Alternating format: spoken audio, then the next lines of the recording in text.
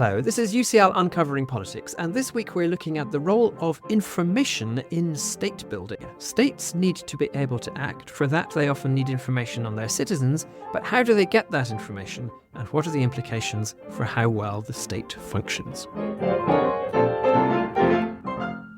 Hello, my name is Alan Rennick, and welcome to UCL Uncovering Politics, the podcast of the School of Public Policy and Department of Political Science at University College London. One of the most basic questions regarding any state is, can it act? Does it have the capacity, that is, to uphold the rule of law and to deliver security and public services?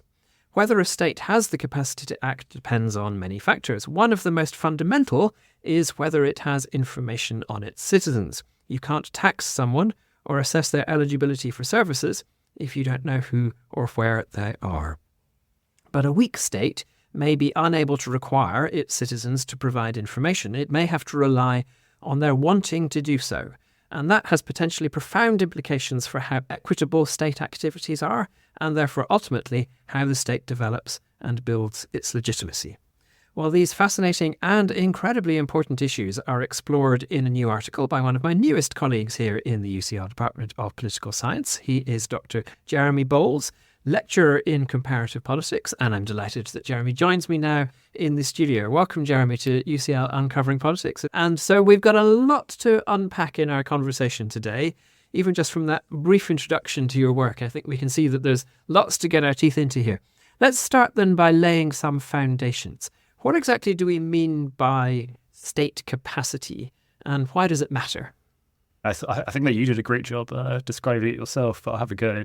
I guess there are often as many definitions of state capacity as there are authors who have written about state capacity, but I think that like an easy one to start with is to think of capacity as just the ability of the state to do the stuff it wants to do to implement policies, whether these policies are around delivering services or extracting taxation or coercion or welfare provision. I think there's been a gradual evolution in terms of how people conceive of state capacity, where older conceptions maybe focus more on the outcomes of capacity, kind of governance outcomes, for example, literacy.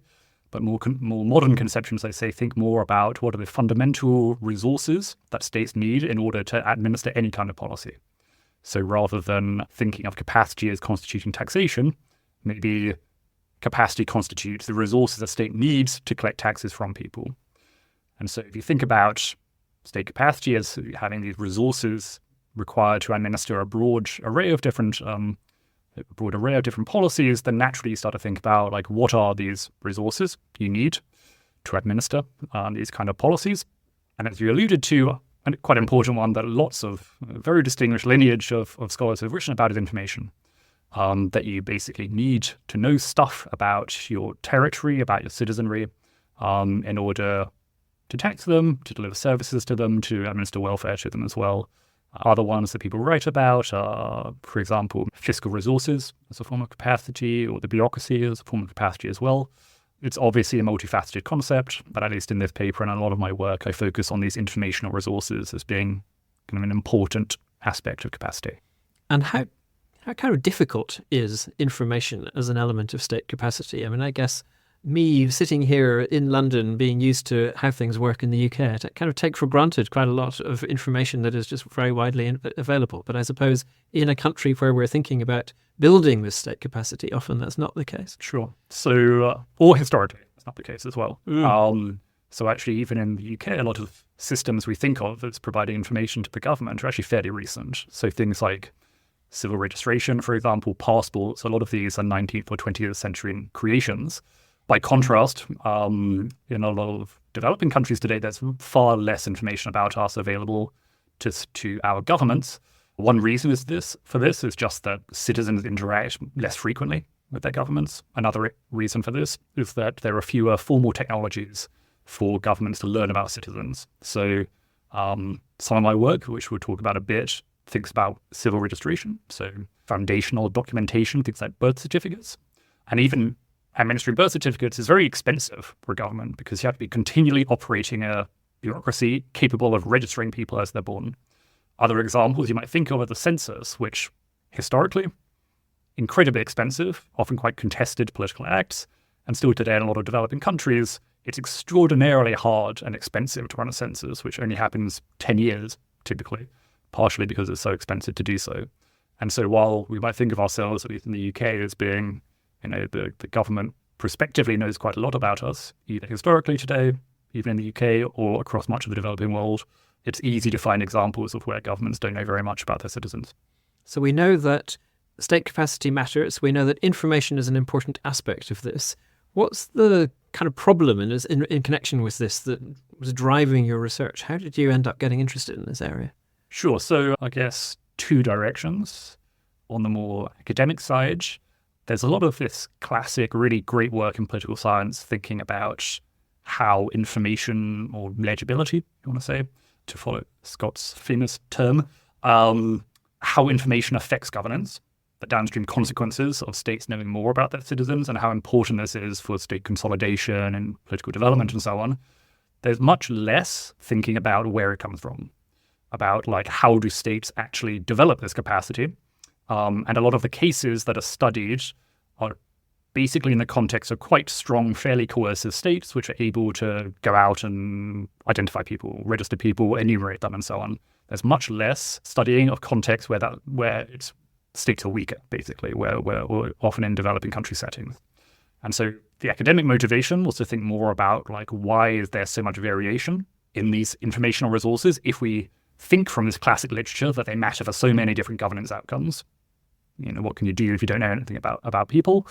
On the more real-world case, this was motivated by some summers I spent in Liberia during graduate school, where I became interested in the efforts of that government, as many other developing country governments are doing today, to try and roll out new, quite technologically sophisticated schemes to identify citizens. Because in a lot of the world's poorest countries today are where you'll find the most sophisticated schemes to try and identify citizens, whereas people in the UK would protest if there was a national ID scheme. There are basically no countries in Africa which don't have a national ID card scheme nowadays.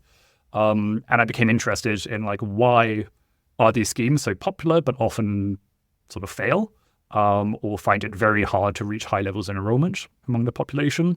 And spending some time in Liberia through graduate school got me interested in this from the policy aspect of talking to the relevant government ministries there. And I ultimately thought that I'd take a slightly more historical lens on this to think about prior efforts by governments across different parts of sub-Saharan Africa to register citizens, to think about some of the dynamics there. So you actually look in this article that we're focusing on today at Tanzania, and particularly Tanzania in the post-independence period, so the post-colonial period starting in the 1960s. Why was it that you chose to focus there? Yeah. So a few reasons. I guess the first is that it's a little bit forgotten today, I think, in at least in the literature. But the post-independence decades were characterized by a real sort of developmentalist push in a lot of post-independence African states, where often these states inherited extremely little from contested prior colonial regimes, either in terms of bureaucratic infrastructure or information or fiscal resources. They inherited basically very weak states. And a lot of these states then exerted real meaningful effort to try and kind of build under the constraints they inherited. And so just as today there are all these countries which are rolling out these quite sophisticated schemes to try and identify citizens, actually there was also this window in the 60s and 70s where a load of different African countries were doing the same thing. And it's a little bit forgotten today because the donors involved were a bit different, and obviously in general people don't study that era as much today, obviously, as the modern era.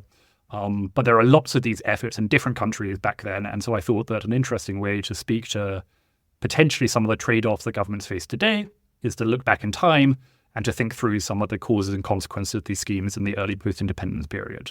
So that's kind of why historical, because it's easier to trace out the impact of these things when you can actually have years afterwards to observe versus stuff which is happening right now today.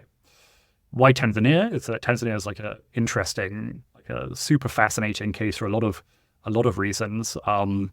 Post-independence, politically, but also in terms of the sort of developmentalist impetus of the post-colonial regime in Tanzania, which really tried quite hard to implement these schemes. However, if you look at Tanzania today, it might be slightly outdated, but roughly it's 10 to 15% of the population has a birth certificate in Tanzania today. Wow. It's incredibly low. Any type of formal ID is also extremely low.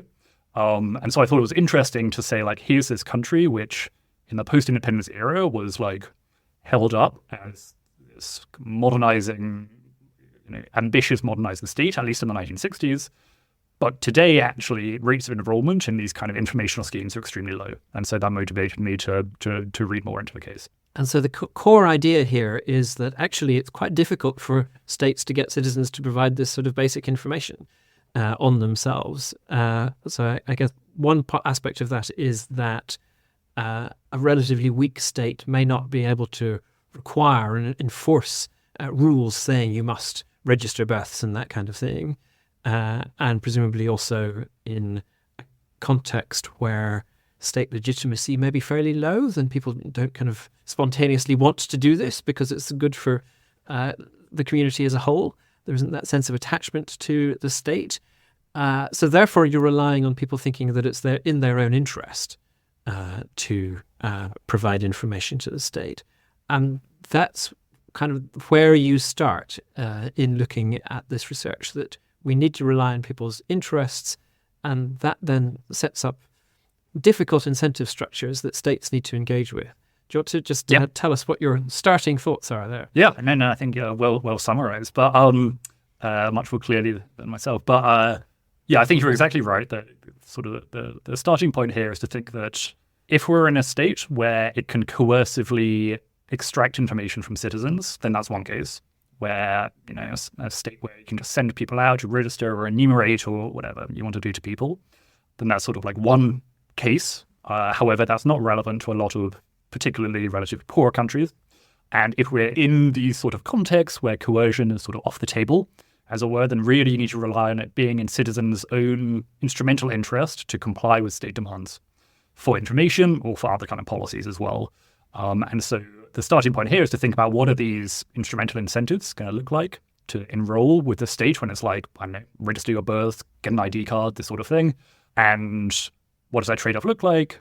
Well, there's a very simple stylized way to think about it, but the main benefit of these kind of things for a citizen is like, what public services, basically, do I get if I comply? Do I get access to, which might be some to education or healthcare or social services? And secondly, what are the costs? And the costs that I focus on here, which are particularly salient in this post-independence period, were to think about taxation, basically. That if I give information about myself to the state, maybe I get access to something, but also potentially, I'm opening myself up down the road to being taxed in these systems, which inherited quite extractive systems of taxation. And therefore, the opening sort of expectations that you have are around what the state will do in order to create incentives for people to register and so on, and what the implications of those incentive structures are. Yeah.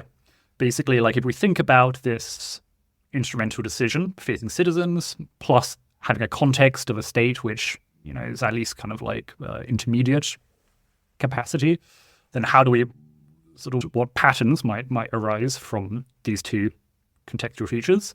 And what I focus on in the paper is, so how do states actually generate incentives to comply with demands, given that citizens might face some downside cost or risk of registration? And that's how they gauge that they withhold access to stuff in the absence of documentation, for example, to say you can't claim a social cash transfer or something unless you've got a document. But then the question is, what kinds of services can they actually restrict access to? And again, in a very strong state, it's very hard for me and for us in the UK to do much to do with the government unless we prove who we are at every kind of interaction. But in a slightly weaker state environment, that's not feasible. It's not kind of enforceable to always demand documentation for accessing state resources. However, it's relatively easier to restrict access to stuff on the basis of documentation to things which are maybe cheaper for the state to gatekeep, which might be things like, access to government jobs, more formal sector, social security, or aspects of education where there are fewer facilities to manage, as it were. But secondly, where if you gatekeep access to these resources, that you're basically attracting the compliance of the people that you sort of want to be able to know more about, because potentially you can tax them as well. And so that basically induces somewhat kind of these structural incentives to say, not only do I want to restrict access to universities on the basis of documentation because it's easier for me to manage 20 universities versus 1,000 schools, but also if I do that, that I'm learning more about the people who are going to go to university, who are going to be the people who are more sort of fiscally valuable for the state to know about. And so the first side here, then, what this kind of implies is that there are quite stratified incentives, economically stratified incentives facing citizens to decide whether to basically comply with state demands for information, which are almost embedding a kind of economic inequality. And what the empirics of this paper are trying to do is to say that, like, how can we just try and think about these stratified, economically stratified incentives and not all of the other slightly more mechanical ones that are also going to go in the same direction. So, for example, like richer people live in more urban areas which are closer to schools and identity registries, say. For sure, that's true. However, that's a less sort of political story, as it were. And so what I'm trying to do in the paper is to say that, like, okay, let's try and, like, ignore that other stuff about rurality and so on and about ease of registering yourself. Let's just try and isolate the differential incentives that relatively wealthier people might face to register with the state, with a view to the fact that these incentives are set by a government that's kind of weakly constrained in terms of what it can actually restrict access to. Great, thank you. And we'll get into the data and what you find in just a moment. But just before we dive into the detail there, maybe just sum up where we've got to so far. So essentially, you're arguing that states need information on their citizens. In order to get that information, they need to give their citizens an incentive to provide it. That incentive will often take the form of restricting access to things that citizens might want, public services, only to people who have certain documentation, i.e. have provided certain information to the state. And I guess just before we go into the data, it'd be useful to understand why this matters. So I think you're also suggesting that this kind of causal chain that we've just set out there actually has some potentially rather worrying normative implications for how the state functions. Right. Yeah, so it's not so exactly as you're alluding to, it's not just that these kind of schemes and this kind of informational capacity embeds, reflects economic inequality, but it also potentially entrenches it. With the idea that, like, once you've actually complied with these things, people only comply with them because it gives them access to particularly useful things, maybe for richer versus poorer people, and that therefore, rather than just like reflecting inequality, over time these things might actually entrench it, as, you know, maybe as the state expands what you need in order to, what you can get in order to, after having registered and so on, that it sort of amplifies pre-existing inequalities. And so when we look at variation in terms of like how many people are eligible to the state, it's not just about, firstly, it's not just about whether they live in areas where they face lower direct costs of identifying themselves, but rather that it reflects this sort of this trade-off which is set by the government, but secondly that trade-off embeds and potentially enhances economic inequality as these kind of informational tools become more useful for accessing particular things. Good. Let's focus then on the research that you've actually done and reported in this paper. So as you were suggesting earlier, there are all sorts of factors that might influence people's access to state services. You were mentioning there whether they live in urban and rural areas, for example, so all sorts of things. And you're trying to isolate the impact of this information issue that you've identified. Do you want to just quickly describe for us how you go about doing it? Yeah. So in short, like what I'm using, at least in the paper here, is the fact that Tanzania, in the early post-independence period, so basically it's the independence was 61, and then around 65, 66, there are quite a lot of initiatives that the government implements to try and get information about people, because they realize that this is a big problem. One of the kind of interesting contextual triggers here is they run these elections in 1965, and nobody wants to register to vote because they're too afraid they're going to get taxed if they register to vote, because there's such a strong association between any act of registering with the state and getting taxed because of how colonial taxation systems worked in Tanzania. And so around sort of 65, 66, the government starts to be quite concerned about basically not knowing very much about who people are, being able to identify them. And there are reports in 63 and 64 around how it's hard to administer taxes when, for example, some taxes only kicked in if you were above 18 or below 18, and they didn't know. There was no way to tell, basically. And so there was an increasing recognition that some of the information was imposing a constraint on governance. And so what the government does in 66 in a bunch of relatively more rural areas more urban areas, is that they implement a set of these legal reforms, kind of weekly enforced legal reforms, to make it a nominal legal obligation to register births, to say that you now are going to be fined some amount of money if you don't register the birth of your child within a certain amount of time, where beforehand nothing existed. And so at a high level, the empirical strategy is to think about okay, let's look at what happens then in these areas where it becomes a nominal legal requirement to register births and therefore give birth certificates, issue birth certificates. Let's look at what happens in these areas compared to in similar-ish areas that don't have this reform implemented, before versus after, to try and get some sort of empirical traction in being able to say, okay, first of all, let's think about what are the impacts of registering, of what do people observe later in life who are registered somewhat, plausibly randomly at birth because of these reforms. What do they get access to, more versus less? And secondly, now let's look back at the moment of the reform and think about what determined across these different areas whether more versus less people actually complied with the government's demands to register people, to register births. And what do you find?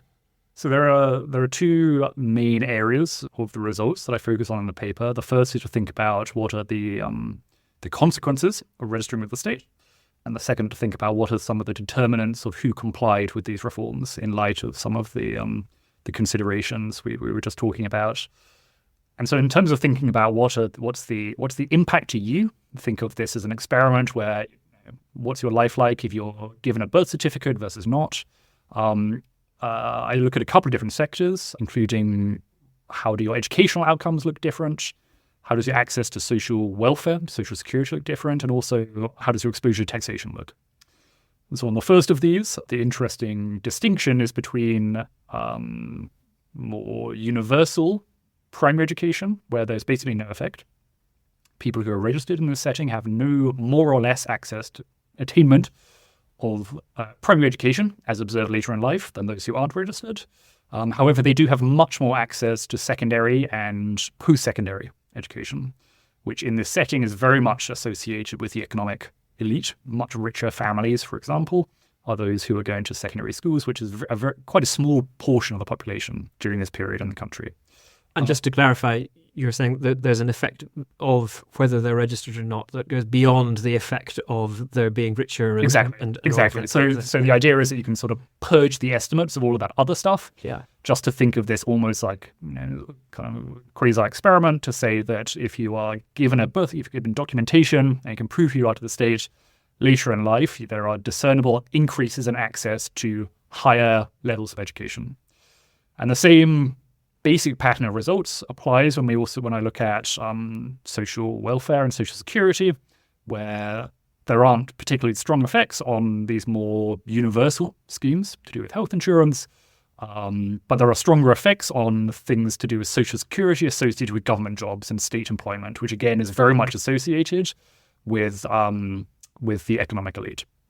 And so these results are broadly consistent with some of these ideas around the fact that these technologies these informational technologies don't necessarily have this universalizing access on getting access to more broad-based public goods like primary education, but actually they're more useful, at least in this setting, seemingly, for accessing more regressive, more narrow-based public resources. The other set of consequences I look at are to do with exposure to taxation, where I also find that basically people who are as if randomly registered or identifiable to the state also pay more taxes. And this is particularly through more centralized modes of taxation rather than more local modes, which tend to rely on sort of the central government having more information about you. Part of this might come through having more formal sector employment, potentially. Part of it might be through other channels of direct taxation during this period, which were administered by the government. But basically, these people aren't getting more access to universal public goods or broad-based public goods, getting more access to narrow-based public goods. And in exchange for this, potentially, they're also paying more taxes to the state, as observed later in life in the data. And so this is to think through some of the slightly, the incidence of the benefits of registration. And then the second part of the analysis to think about, okay, what determined whether people actually complied with these reforms, these weakly enforced reforms in the 1960s to begin with. And for that, I'm looking at spatial variation in taxation, the threat of extraction, and also the presence of these different public goods around the time when these people were born in the mid-60s, where I find consistent evidence to suggest that people were concerned about the threat of taxation, that areas where there was more taxes being collected or where taxes were more, where basically the tax schedule was particularly progressive, where the rich were face much higher tax rates than poorer people. These are areas where fewer people complied with these reforms to identify themselves to the state, consistent with basically particularly richer people being the most concerned about identifying births, basically registering births to the state because of potential downstream concerns around extraction. However, areas where there are more, particularly higher levels of schools, so secondary or post-secondary education, these are also areas where people are more likely to comply, which is to say that provide some evidence that yes, that first part of the results are to say we have these sort of stratified consequences for registration. The second part is to say that actually there is some evidence suggesting that this cost-benefit calculation is going on in the minds of people in deciding whether to comply with state demands for information. They're thinking about, what do I get from this down the line? And also potentially what might I be exposed to in terms of taxation from a potentially predatory state. And as a result of that, you're saying the consequence of this system is to replicate and further entrench existing inequalities in society. That's right. Yeah. So that is the core finding of the research. Alas, we're coming towards the end of our time now, but just quickly before we wrap up, all of that was in the 1960s. How is this relevant to today? Is this playing out in current policy debate about how things should be done? So to many extents, no, actually. Well, it's relevant, but it's not playing out. And there are a few reasons for that. So as I alluded to, the initial interest for this project came from an interest in studying modern biometric schemes to identify and register citizens, which are often extremely sophisticated in very, very poor countries, much more so than they are in the UK or the US. And at least in the last 10 years, there's been this real recognition that it's potentially a problem for governance.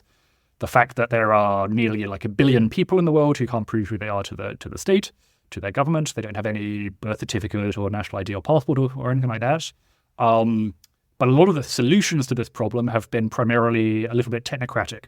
And so a lot of the international donor community that's involved in this, as well as private foundations and so on, have focused on this as being a little bit of almost like a technological problem of if we make these clever technologies to enroll people, then we'll solve the problem, rather than per se thinking about the local political economy of whether people actually want to comply with these things in the first place, or what are the incentives facing citizens to actually comply with these things.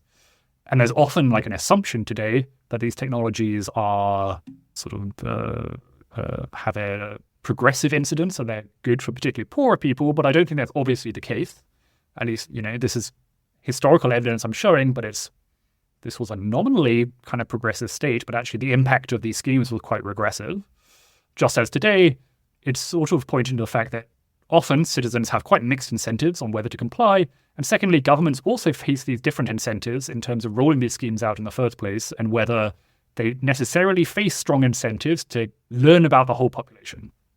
And I have a few other projects which try and get at that latter question a bit, to think about, do governments actually face strong incentives to learn about all of their population?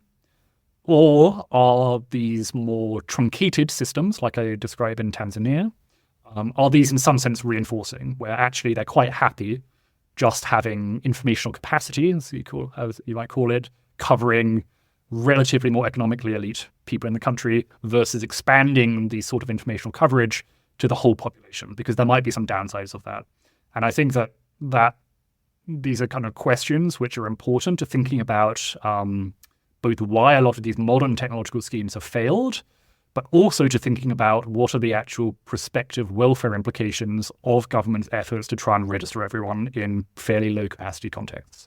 Well, thank you so much, Jeremy. It's one of those fascinating topics that sound really nerdy when you first look at them. You know, the role of information in state building, that sounds quite kind of dry, but actually it's incredibly important. And one aspect of this general phenomenon that we often talk about and often hear about, that, you know, you need to actually look at how things appear to people on the ground rather than just looking at how they appear to nerds like us or policymakers sitting in their offices. So thank you. Fascinating, fascinating discussion.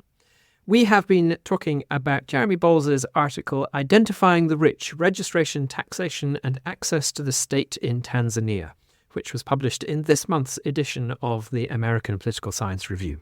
Next week, we will be exploring neocolonialism. Specifically, we will be asking, what can unequal trade patterns in cultural goods tell us about neocolonialism, and what should and can be done about this? Remember, to make sure you don't miss out on that or other future episodes of UCL Uncovering Politics, all you need to do is subscribe. You can do so on Apple, Google Podcasts, or whatever podcast provider you use. And while you're there, we'd love it if you could take a moment of time to rate or review us too. I'm Alan Rennick. This episode was researched by Alice Hart and produced by Eleanor Kingwell-Banham. Our theme music is written and performed by John Mann. This has been UCL Uncovering Politics. Thank you for listening.